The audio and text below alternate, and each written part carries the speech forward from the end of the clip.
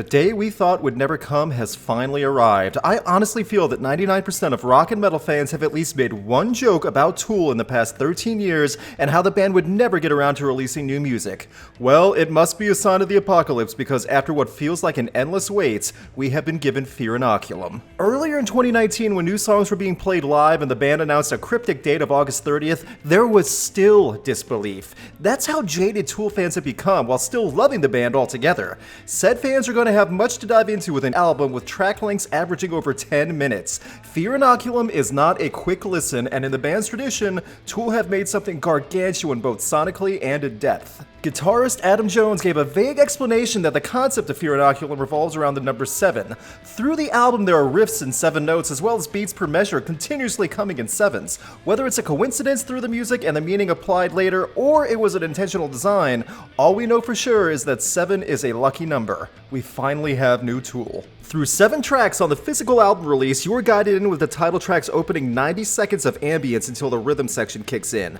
Justin Chancellor and Danny Carey proved that years after Tool became a household name, they are still the best at setting a deep tone. After that tone is set, we hear Maynard James Keenan croon the opening lines. The title track is a great standard for what to expect in this album. I enjoy the title track very much, even if the opening section seems like overkill. Maynard's singing is soft and eloquent, while the fuzz guitar riffs and rhythm come in and stand out well. There is much to take in with songs like this, and it's only the first track.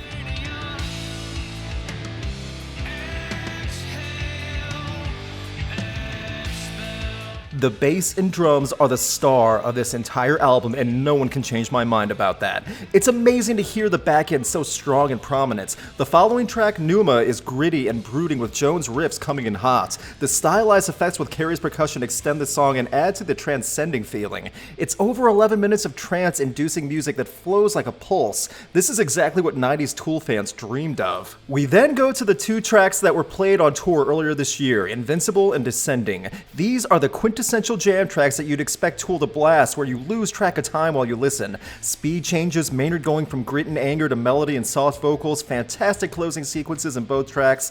These 2 feel like sister songs in all the best ways. Calling Voices is the natural midpoint of the album, and while it has a slow build, it's the second half that delivers. The guitar and bass chug along while Maynard goes in a little more. This is a story of 2 halves with this track, while the track like Descending is much more gradual and leads to an amazing conclusion.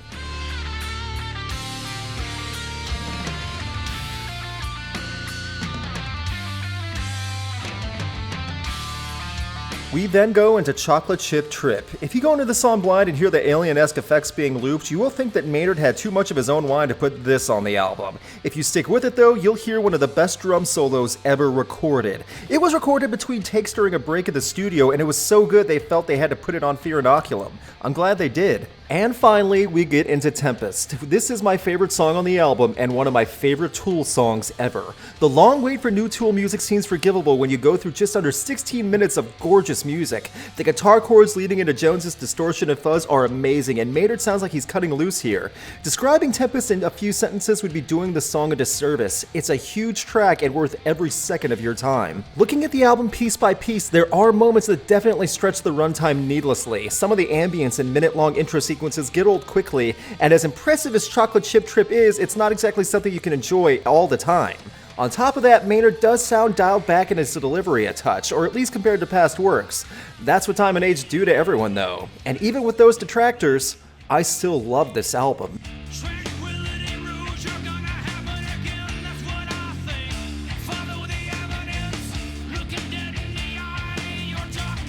My expectation for what this album was going to be was dead on, in that it was over 80 minutes of a jam session with tons of change in speed, style, and overall mood. It's exactly what Tool should have given their fans after such a long wait. Insanely long tracks that are played fantastically. Overall, Fear Inoculum is the answer to years of anticipation. It's a sonically deep and masterfully executed album that will undeniably have replay value for years, as does most everything from Tool. If you have been looking for an album to play in the background of your everyday life while occasionally headbanging for a few minutes, then Fear Inoculum is what you need.